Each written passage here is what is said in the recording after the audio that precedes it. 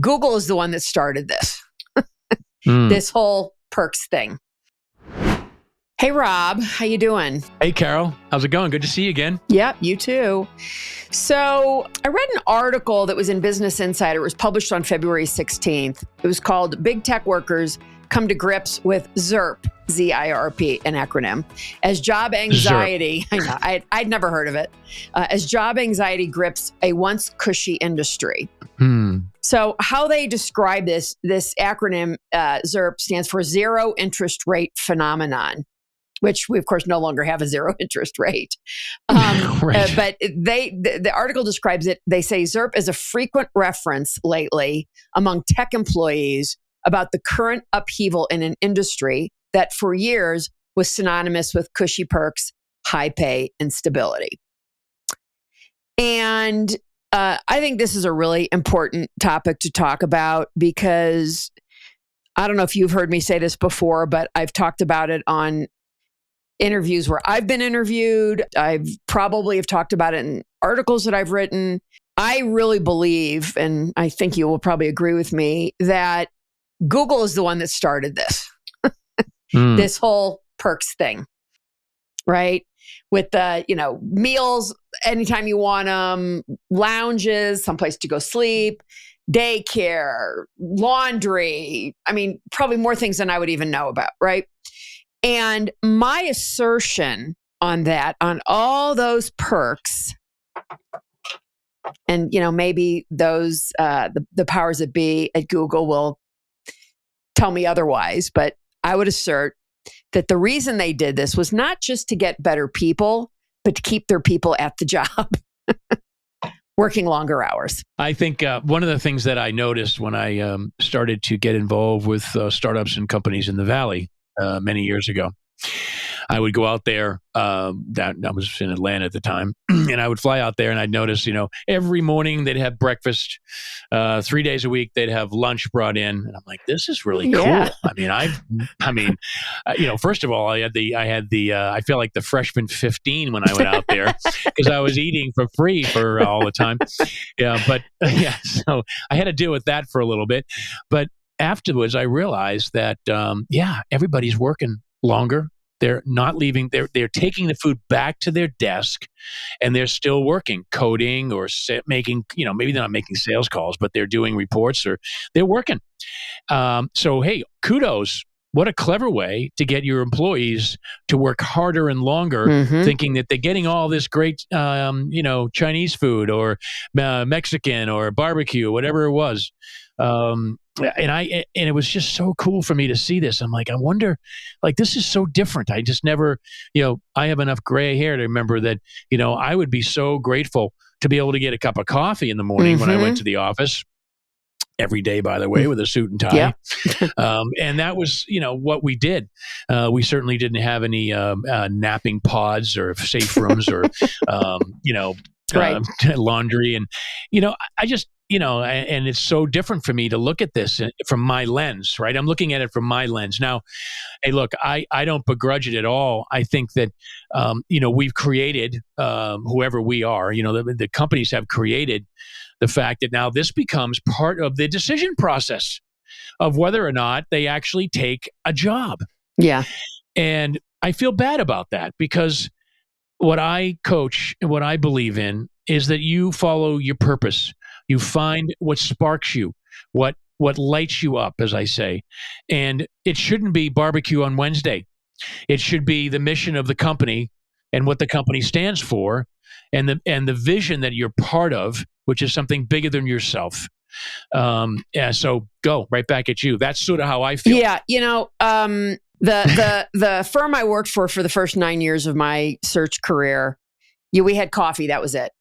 Now they did stuff for us. We had a kickoff meeting at like so many companies do, right? At the beginning of our new fiscal year, right? We have a big, go to some great restaurant and eat and drink and have a grand old time. And we had a, quota club, once a year that those of us who made quota went to, and an overachievers trip.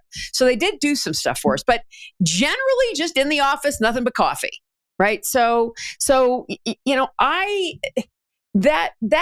I can't imagine though that perks And maybe that's just a generational difference, right? You and I are both old, and we're at the bottom end of the boomers, right? Just I think maybe 2 or 3 years from Gen X.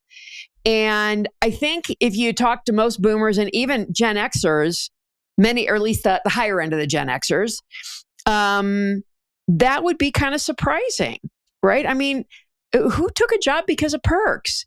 So I believe, Google started it, and then everybody else had to do the pile on. Yeah. Right. And they all did. It's exactly right. Well, gosh, if Google's doing it, we have to offer stuff too, or else we're not going to get the best people. And let's get a foosball table right, in here. Exactly. Now, if you're going to keep your employees there for, 15 hours a day or, 18 hours a day or whatever that might be. Yeah. There needs to be some sort of an outlet if they want to, go take a break. Right. I used to eat lunch at my desk every single day when I was employed by this search firm.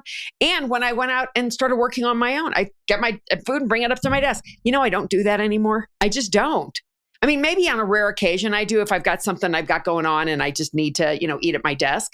But I'd rather just take a half an hour, go down into the kitchen, throw something together, and sit down and eat, and maybe do a little reading or something that's not, related to my business for a half an hour.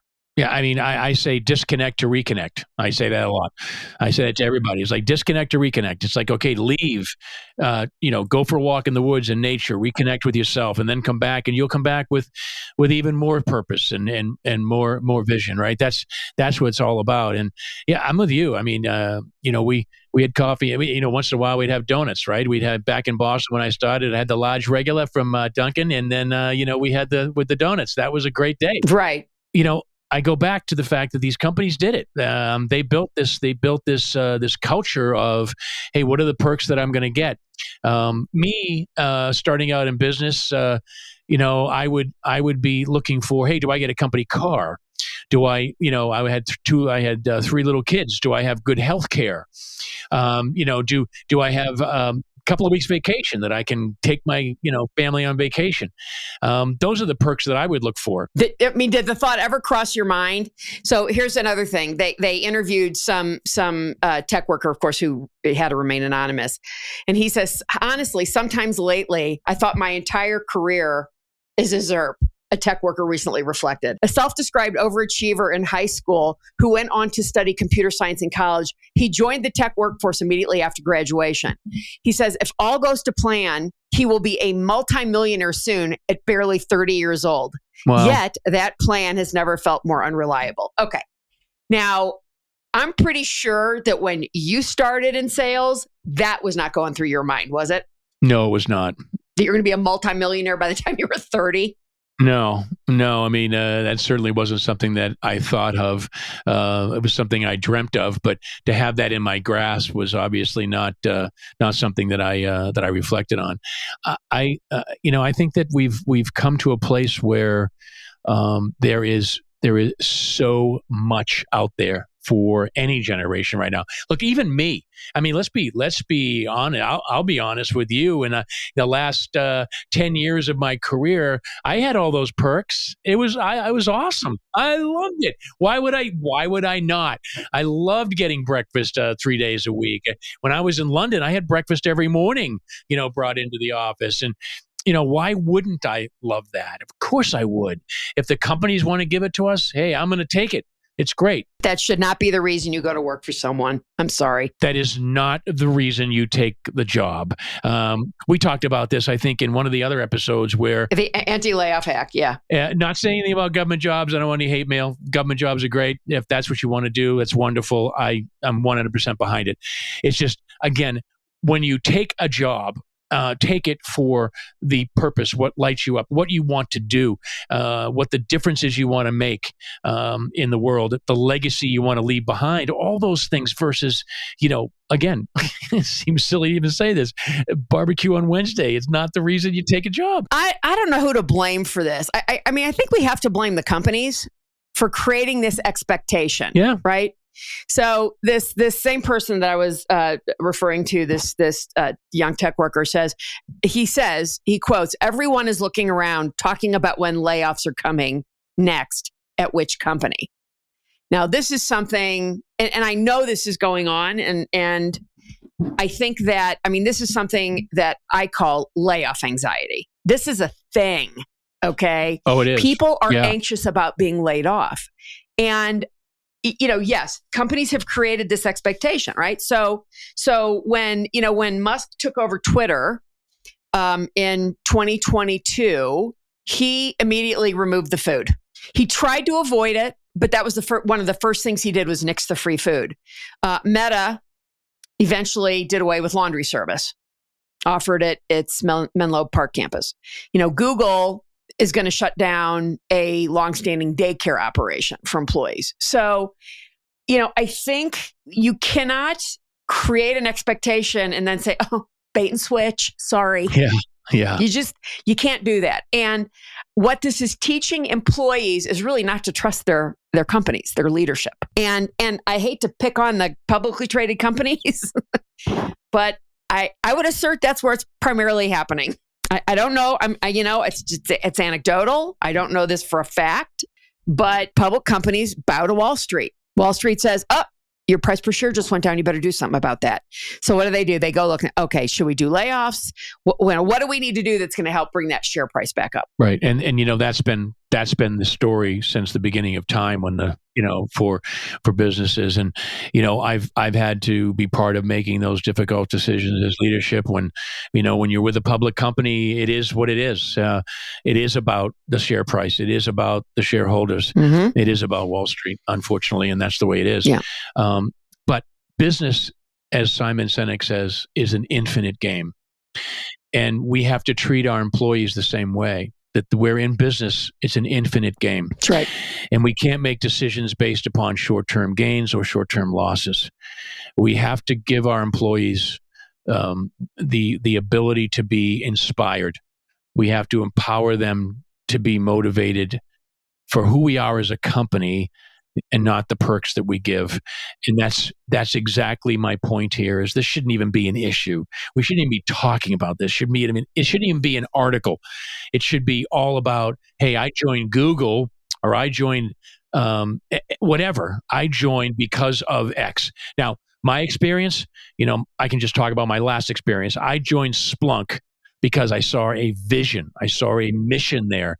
I saw something that was very unique in the way that we gave our customers value. That's why I chose to go there. I also chose there because of the people and the culture and how strong it was and how much of a family it was and all the things that came with that. And I felt like I was part of something bigger than me, and I was so excited. And it proved to be an amazing run. And in those 30 seconds, I never once mentioned anything about food, daycare, or foosball tables. That wasn't what I went for. Now, they were there, and that was great, but that's not why I joined. And I think you're really hitting the point so many people are missing nowadays. One of my favorite founders ever, Joe Kinsella, who was the co-founder of Cloud Health Technologies. I think it was either 5 or 6 years after they started it. They sold to VMware for a great deal of money. And I'll never forget, I was still doing search full time back then. And I'll never forget, Joe said to me, I agreed, first and last time this ever happened. But among other things I was doing for them, he asked me would I be willing to find them software engineers. And I thought, oh gosh, do I really want to do that? I've never done that before. I think I might want to. I found them two amazing people, but I felt fortunate. The amount of work that, I could have found a CEO more easily than a software engineer. But the point is he said to me when we were doing our kickoff meeting before the search started, he said, Carol, I want you to find me people. I want to find people who want to do great work. That's exactly what he said to me. I want people who want to do great work. And if they're coming here, we're a startup. I started working, when I first started working for them, I don't think they'd even closed their A round yet. And, they didn't have a lot of money, but they knew the importance of getting the right people. Yeah. And they were willing to spend the money on that. And it's interesting because, a startup doesn't have the same amount of money. I actually found him a guy from Google. and they were going to pay him a good salary, believe me. Yeah. But this guy had some health issues and he was a little concerned about a startup this early and their healthcare wasn't that good and so on and so forth. I mean, he would have made a fortune if he'd taken the job because of what they sold the company for. And he was at, going to have major equity because I think then there was maybe 9 employees. Wow. Okay. But I'll never forget, I was talking to, I was really clear about that. Regardless of whether I was finding Joe a software engineer or, finding the VP of customer success or whatever, those different positions might have been that I did for them. But I was talking to this kid. He was from China. He had gotten his master's. Of course, it's been too many years. I don't remember where, but here in the United States, he'd gotten his master's. And I got him on the phone and he said he had already gotten an offer from Amazon that I believe he had accepted. Back then, okay, so this is over 10 years ago. This is maybe 2013 or 2012, maybe 2014. It's been 10 years or so. Anyway, at that time, Amazon was paying software engineers that they, right out of school, out of their, graduate degree, $110,000 salary. Wow. And a $50,000 sign-on bonus. And the sign-on bonus was paid over 2 years, right? So they had to stay 2 years to keep the money. So basically, here comes a kid from China, communist country, who's right out of graduate school, who's going to make in his first 2 years at Amazon, $135 a year. Yeah. Pretty good for a kid coming out of school. And I was talking, we were eventually talking about the company and so on and so forth. He goes, look, if your client is willing to pay me more, I'll take a look at it. I know. I know it crushed me. And I said to him, and this is probably pretty close to a quote. I said, I appreciate your time. My client's not interested in hiring anybody like you. Yeah. My client wants to hire people that want to do great work, because what's going to keep you from the next headhunter calling you and offering you another $50,000 or more a year? Yeah. From saying, okay, bye, I'm going to go take that job. And now you're on a hamster wheel that keeps happening. The loyalty, right. And the company's investing in you to bring you on board, and then you leave. And then, and that's where the loyalty, and you have a great quote about that. I know you always say, and the loyalty between the two parties. Right. Companies are only loyal to you insofar as it suits their needs. Consequently, you should only be loyal to them insofar as it suits your needs and interests. But that's the ultimate, right? That's the ultimate. And I think it's sad. I think that you have to make a commitment, and you have to be part of that company. And that's, I never did that. When I joined a company, I was all in. And people would say, "Why don't you pick up the phone? Why don't you pick up the phone?" I'm not interested. Mm-hmm. No, I'm here, and until I am not lit up anymore, and then I'll start taking the calls. But that's on me, Right. And that's the difference. And I think that we need to look at people now that want to join companies for the noble purpose. Mm-hmm. And a good friend of mine wrote a book, The Selling with the Noble Purpose, Lisa McLeod. I love that book because it talks about not the money you make. It talks about the difference you make.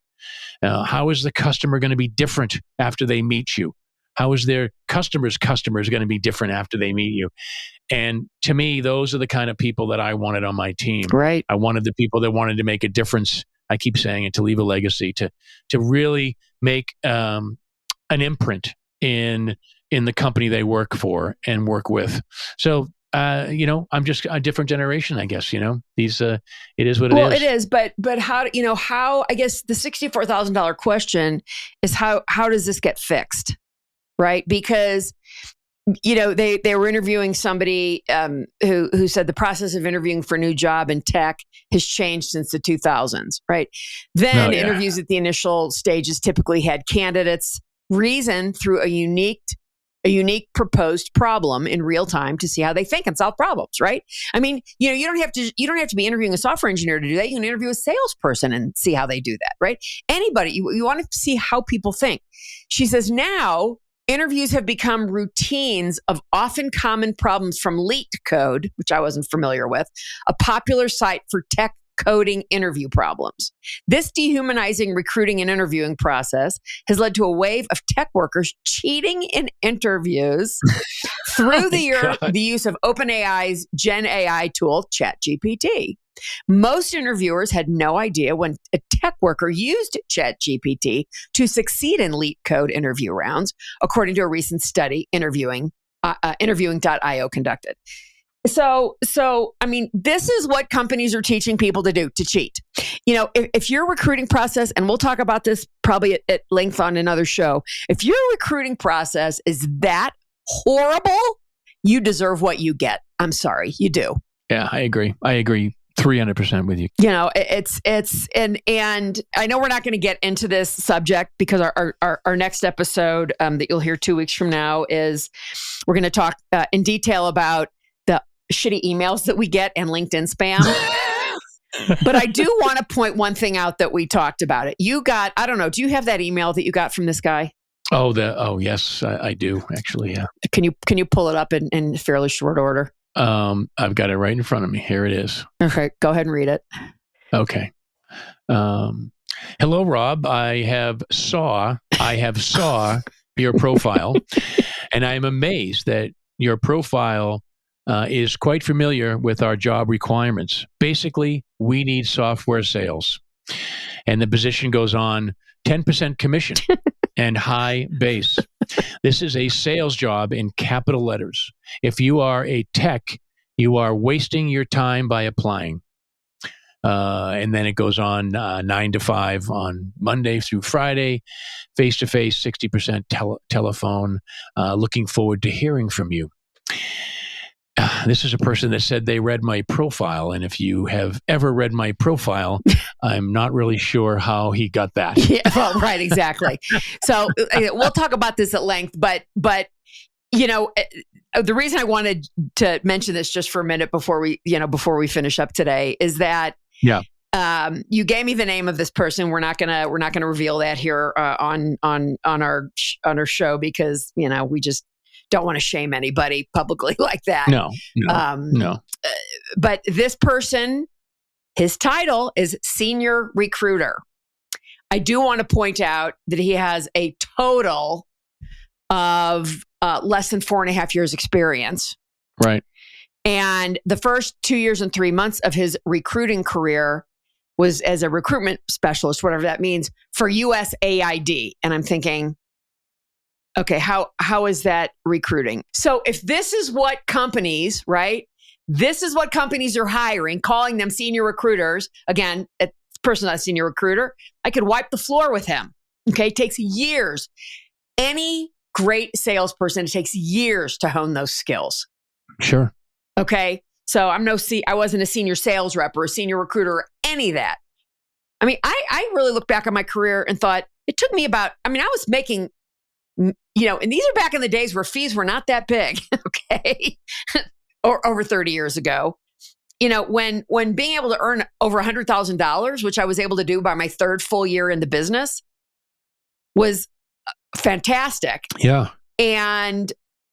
But I look back at that and go, I didn't know anything. It probably took me a solid 6 years before I really started to understand the complexities of what actually made great headhunting. Sure. And continued to learn from then on. So, you know, you talk about, she talks about in this article about why, you know, these whole crappy recruiting processes. Well, exactly. This is who companies are hiring. So who's to blame? Not the candidate. Not the candidates. No, you're gonna dictate the behavior. Whatever you put in front of them is going to dictate. Just like salespeople, the comp plan you put in front of them dictates the behavior they're going to demonstrate throughout that year. It's the same thing. And we're seeing this. And you know, we need to get back to the days of actually interviewing people and making that human connection face to face. You know, and just getting that done. You know, it's very important. Very important. Remember the days of, you know, tech firms, you know, which I mean, I still think by and large, this is how it is, but it's a different generation, you know, led by the tech founder, right? The CEO is the tech founder primarily. And they all hated salespeople, right? Because tech's far more important than sales. Guess what, folks? Neither is more important than the other. They cannot survive in it. They cannot survive in a vacuum. They must have each other to function. Yeah, they have to. And oh, by the way, everybody's in sales. I got news for anybody listening here. If you're wondering, everybody's in sales.